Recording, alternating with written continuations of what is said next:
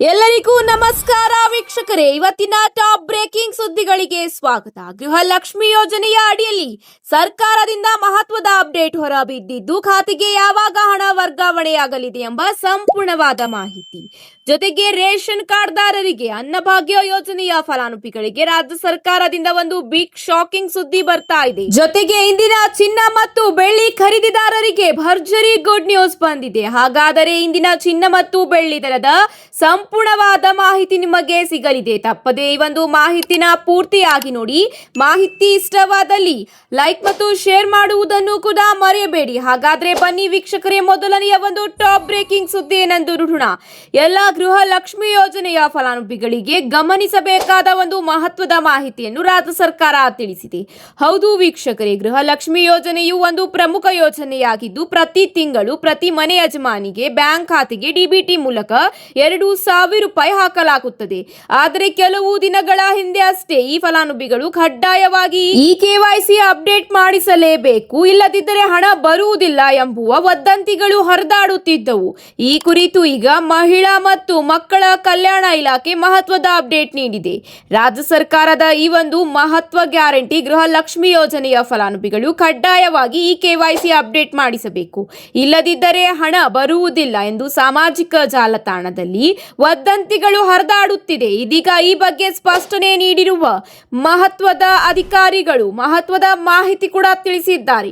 ಹೌದು ವೀಕ್ಷಕರೇ, ಆ ಒಂದು ಮಹತ್ವದ ಸೂಚನೆ ಏನೆಂದರೆ, ಈ ಎಲ್ಲ ಮಾಹಿತಿಗಳು ತಪ್ಪಾಗಿದ್ದು, ಯಾವ ಫಲಾನುಭವಿಗಳು ಕೂಡ ಖಾಸಗಿ ಸೈಬರ್ ಕೇಂದ್ರಗಳು, ಗ್ರಾಮ ಒನ್ ಹಾಗೂ ಕರ್ನಾಟಕ ಒನ್ ಕೇಂದ್ರಗಳಿಗೆ ಮುಗಿದು ಬೀಳುತ್ತಿರುವುದು ಸರಿಯಾದ ವಿಷಯವಲ್ಲ. ಈ ಹಿನ್ನೆಲೆಯಲ್ಲಿ ಸಾರ್ವಜನಿಕರು ಸುಮ್ಮನೆ ಸುಳ್ಳು ಸುದ್ದಿಗಳನ್ನು ಕಿವಿಕೊಟ್ಟು ಸೈಬರ್ ಕೇಂದ್ರಗಳಲ್ಲಿ ಅಲೆದಾಡಬಾರದು ಮತ್ತು ಈ ಕೆವೈಸಿ ಅಪ್ಡೇಟ್ ಮಾಡಿಸಬಾರದು ಎಂಬ ಮಹತ್ವದ ಮಾಹಿತಿ ತಿಳಿಸಿದೆ. ಅಧಿಕೃತ ಮಾರ್ಗದರ್ಶನ ಬರುವವರೆಗೆ ಕಾಯಬೇಕು ಎಂಬ ಮಾಹಿತಿ ತಿಳಿಸಲಾಗಿದೆ. ಗೃಹಲಕ್ಷ್ಮಿ ಯೋಜನೆಯ ಫಲಾನುಭವಿಗಳ ಪರಿಷ್ಕರಣೆ ಮಾಡುವುದು ರಾಜ್ಯ ಸರ್ಕಾರದ ಉದ್ದೇಶವಾಗಿದೆ. ಆದರೂ ಸಹ ಈ ಪರಿಷ್ಕರಣೆ ಯಾವ ಮಟ್ಟದಲ್ಲಿ ನಡೆಯಬೇಕು ಮತ್ತು ಯಾವ ಮಾರ್ಗಸೂಚಿಯನ್ನು ಅನುಸರಿಸಬೇಕೆಂಬ ಬಗ್ಗೆ ಯಾವುದೇ ರೀತಿಯ ಅಧಿಕೃತ ಮಾರ್ಗದರ್ಶನ ಅಥವಾ ಸೂಚನೆ ಸರ್ಕಾರದಿಂದ ಇನ್ನೂ ಹೊರ ಬಿದ್ದಿಲ್ಲ.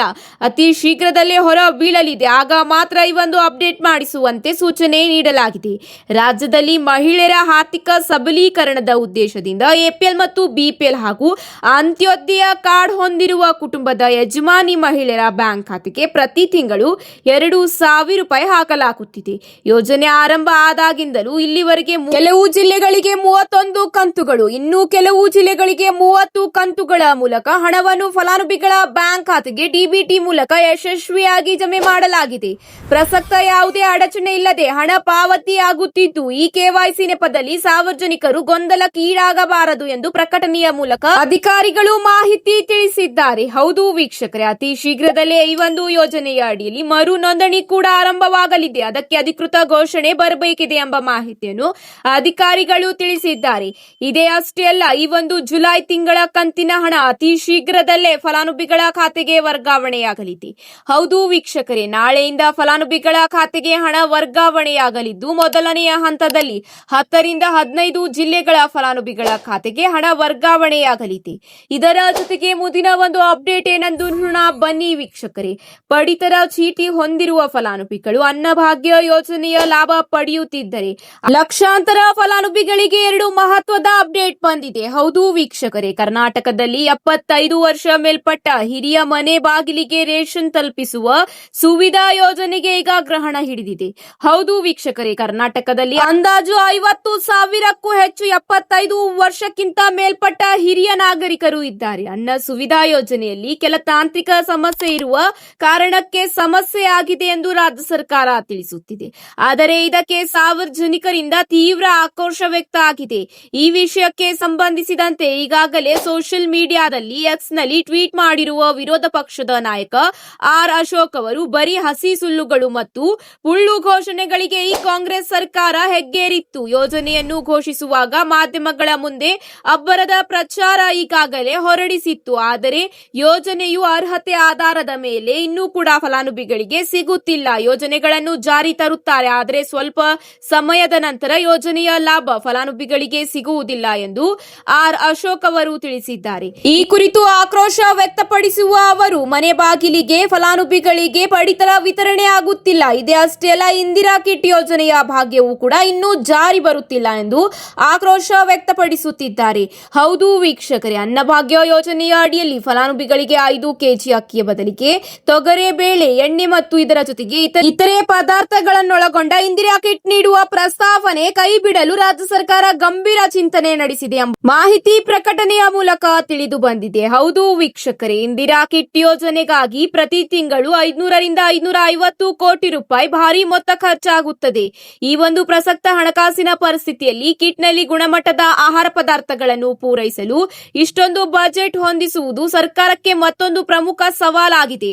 ಹೌದು ವೀಕ್ಷಕರೇ, ಈ ಒಂದು ಹಿನ್ನೆಲೆಯಲ್ಲಿ ಇನ್ನೂ ಕೂಡ ಫಲಾನುಭವಿಗಳಿಗೆ ಇಂದಿರಾ ಕಿಟ್ ಯೋಜನೆಯ ಭಾಗ್ಯ ಸಿಗುತ್ತಿಲ್ಲ. ಅತಿ ಶೀಘ್ರದಲ್ಲೇ ಈ ಒಂದು ಯೋಜನೆ ಜಾರಿ ಬರುತ್ತದೆ ಅಥವಾ ಇಲ್ಲವಾ ಎಂದು ಕಾದು ನೋಡಬೇಕಾಗಿದೆ. ಈ ಮೊದಲು ಹಣದ ಬದಲಿಗೆ ಪರ್ಯಾಯ ವ್ಯವಸ್ಥೆ ಕಲ್ಪಿಸಲು ಮುಂದಾಗಿದ್ದ ಆಹಾರ ಇಲಾಖೆ ಫಲಾನುಭವಿಗಳಿಗೆ 5 ಕೆಜಿ ಅಕ್ಕಿ ನೀಡಿ ಇನ್ನುಳಿದ 5 ಕೆಜಿ ಅಕ್ಕಿ ಬದಲಾಗಿ ತೊಗರೆ ಬೇಳೆ, ಅಡುಗೆ ಎಣ್ಣೆ, ಉಪ್ಪು ಮತ್ತು ಸಕ್ಕರೆ ಒಳಗೊಂಡ ಇಂದಿರಾ ಕಿಟ್ ವಿತರಿಸಲು ನಿರ್ಧರಿಸಿತ್ತು. 2025ರ ಜನವರಿಯಲ್ಲೇ ಈ ಕಿಟ್ ವಿತರಿಸುವುದಾಗಿ ಇಲಾಖೆ ಪ್ರಕಟಿಸಿತ್ತು. ತಾಂತ್ರಿಕ ಹಾಗೂ ಆಡಳಿತಾತ್ಮಕ ಕಾರಣದಿಂದ ಅವಧಿ ಮುಂದೂಡಿಸಲಾಗಿದೆ ಎಂಬ ಮಾಹಿತಿ ಅಧಿಕಾರಿಗಳು ತಿಳಿಸುತ್ತಿದ್ದಾರೆ. ಪ್ರಸಕ್ತ ಈಗ ಎಫ್ಸಿಐ ಅಕ್ಕಿ ಖರೀದಿಸಲು ಆಹಾರ ಇಲಾಖೆಯು ಪ್ರತಿ ತಿಂಗಳು ಸುಮಾರು 480 ಕೋಟಿ ರೂಪಾಯಿಗಳು ವಹಿಸುತ್ತಿದೆ. ಇಲಾಖೆಯು ಕೇವಲ 500 ಕೋಟಿ ರೂಪಾಯಿ ವೆಚ್ಚದಲ್ಲಿ ಪೌಷ್ಟಿಕಾಂಶ ಭರಿತ ಆಹಾರ ಕಿಟ್ ಅನ್ನು ವಿತರಿಸಬಹುದು ಎಂದು ಲೆಕ್ಕಾಚಾರ ಹಾಕಿದ್ದರೂ ಪ್ರಾಯೋಗಿಕ ಜಾರಿ ಕಷ್ಟವಾಗಿದೆ.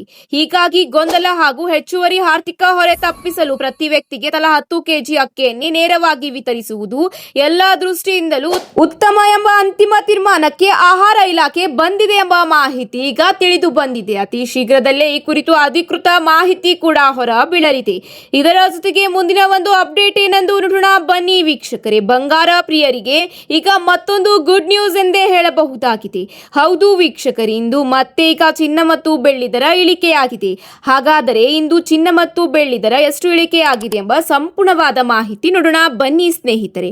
24 ಕ್ಯಾರೆಟ್ ಶುದ್ಧ ಚಿನ್ನದ ದರ 1 ಗ್ರಾಂಗೆ 11 ರೂಪಾಯಿ ಇಳಿಕೆಯಾಗಿ 14,280ಕ್ಕೆ ತಲುಪಿದೆ. 10 ಗ್ರಾಂ ಚಿನ್ನದ ದರ 110 ರೂಪಾಯಿ ಇಳಿಕೆಯಾಗಿ 1,42,800ಕ್ಕೆ ಇಂದು ದಾಖಲಾತಿಯಾಗಿದೆ. 22 ಕ್ಯಾರೆಟ್ನ ಚಿನ್ನದ ದರ 1 ಗ್ರಾಂ ಬೆಲೆಯಲ್ಲಿ 10 ರೂಪಾಯಿ ಇಳಿಕೆಯಾಗಿದ್ದು ಪ್ರಸಕ್ತ ದರ 13,090 ರೂಪಾಯಿ ದಾಖಲಾತಿಯಾಗಿದೆ.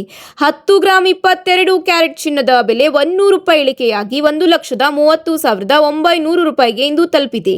ಹೌದು ವೀಕ್ಷಕರೇ, ಬೆಂಗಳೂರು ಮಾರುಕಟ್ಟೆಯಲ್ಲಿ 24 ಕ್ಯಾರೆಟ್ ಶುದ್ಧ ಚಿನ್ನದ ಪ್ರತಿ ಗ್ರಾಂ ದರ 14,280 ರೂಪಾಯಿ ಇದ್ದರೆ, ಇದೇ ವೇಳೆ ಬೆಳ್ಳಿ ಬೆಲೆಯಲ್ಲಿ ಯಾವುದೇ ಬದಲಾವಣೆಯಾಗಿಲ್ಲ. ಪ್ರತಿ ಗ್ರಾಂ ಬೆಳ್ಳಿ 235 ರೂಪಾಯಿಗೆ ದಾಖಲಾತಿಯಾಗಿದ್ದರೆ ಪ್ರತಿ ಕೆಜಿ ಬೆಳ್ಳಿಯ ಬೆಲೆ 2,35,000 ರೂಪಾಯಿ ಇಂದು ದಾಖಲಾತಿಯಾಗಿದೆ. ಇದೇ ರೀತಿ ವಿವಿಧ ನಗರಗಳಲ್ಲಿ ಇಂದು ಚಿನ್ನ ಮತ್ತು ಬೆಳ್ಳಿ ದರ ಎಷ್ಟಿದೆ ಎಂಬ ಸಂಪೂರ್ಣವಾದ ಮಾಹಿತಿ ನೋಡೋಣ ಬನ್ನಿ ವೀಕ್ಷಕರೇ. ಬೆಂಗಳೂರಿನಲ್ಲಿ 22 ಕ್ಯಾರೆಟ್ 10 ಗ್ರಾಂ ಚಿನ್ನದ ದರ 1,30,900 ರೂಪಾಯಿ ದಾಖಲಾತಿಯಾಗಿದ್ದರೆ, ಚೆನ್ನೈನಲ್ಲಿ 1,31,990 ರೂಪಾಯಿ ಇಂದು ದಾಖಲಾತಿಯಾಗಿದೆ. ಮುಂಬೈ ಮತ್ತು ಕೋಲ್ಕತ್ತಾದಲ್ಲಿ 1,30,900 ರೂಪಾಯಿ ದಾಖಲಾತಿಯಾಗಿದ್ದರೆ, ನವದೆಹಲಿ ಮತ್ತು ಹೈದರಾಬಾದ್ನಲ್ಲಿ 1,30,990 ರೂಪಾಯಿ ಇಂದು ದಾಖಲಾತಿಯಾಗಿದೆ.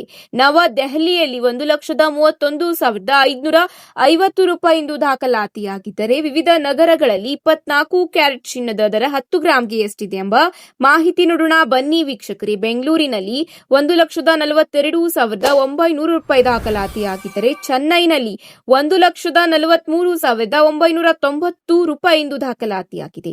ಮುಂಬೈ ಮತ್ತು ಕೋಲ್ಕತ್ತಾದಲ್ಲಿ 1,42,800 ರೂಪಾಯಿ ಇಂದು ದಾಖಲಾತಿಯಾಗಿದ್ದರೆ, ನವದೆಹಲಿಯಲ್ಲಿ 1,42,950 ರೂಪಾಯಿ ಇಂದು ದಾಖಲಾತಿಯಾಗಿದೆ. ಇದೇ ರೀತಿ ಹೈದರಾಬಾದ್ನಲ್ಲಿ 1,42,800 ರೂಪಾಯಿ ದಾಖಲಾತಿಯಾಗಿದೆ. ದೇಶದ ಪ್ರಮುಖ ನಗರಗಳಲ್ಲಿ ಬೆಳ್ಳಿ ದರ 1 ಕೆಜಿಗೆ ಎಷ್ಟಿದೆ ಎಂಬ ಮಾಹಿತಿ ನೋಡೋಣ ಬನ್ನಿ ವೀಕ್ಷಕರೇ. ಬೆಂಗಳೂರಿನಲ್ಲಿ 1 ಕೆಜಿ ಬೆಳ್ಳಿಯ ದರ 2,35,000 ರೂಪಾಯಿ ಇದ್ದರೆ, ಚೆನ್ನೈನಲ್ಲಿ 2,39,000 ರೂಪಾಯಿ ದಾಖಲಾತಿಯಾಗಿದೆ. ಮುಂಬೈ, ನವದೆಹಲಿ ಬೆಳ್ಳಿ ಕೋಲ್ಕತ್ತಾದಲ್ಲಿ 2,35,000 ರೂಪಾಯಿ ಎಂದು ದಾಖಲಾತಿಯಾಗಿದ್ದರೆ ಹೈದರಾಬಾದ್ನಲ್ಲಿ 2,39,900 ರೂಪಾಯಿ ಎಂದು ದಾಖಲಾತಿಯಾಗಿದೆ. ಚಿನ್ನ ಮತ್ತು ಬೆಳ್ಳಿ ಖರೀದಿದಾರರಿಗೆ ಇದು ಸೂಕ್ತ ಸಮಯವಾಗಿದೆ. ಇವತ್ತಿಗೆ ಇಷ್ಟೇ ವೀಕ್ಷಕರೇ, ಮತ್ತೆ ಸಿಗೋಣ ಹೊಸ ಅಪ್ಡೇಟ್ ಜೊತೆಗೆ. ಈ ಒಂದು ಮಾಹಿತಿ ನಿಮಗೆ ಇಷ್ಟವಾದಲ್ಲಿ ಲೈಕ್ ಮಾಡಿ ಹಾಗೂ ನಿಮ್ಮ ಎಲ್ಲ ಸ್ನೇಹಿತರ ಜೊತೆಗೆ ತಪ್ಪದೇ ಶೇರ್ ಮಾಡಿಕೊಳ್ಳಿ. ಧನ್ಯವಾದಗಳು.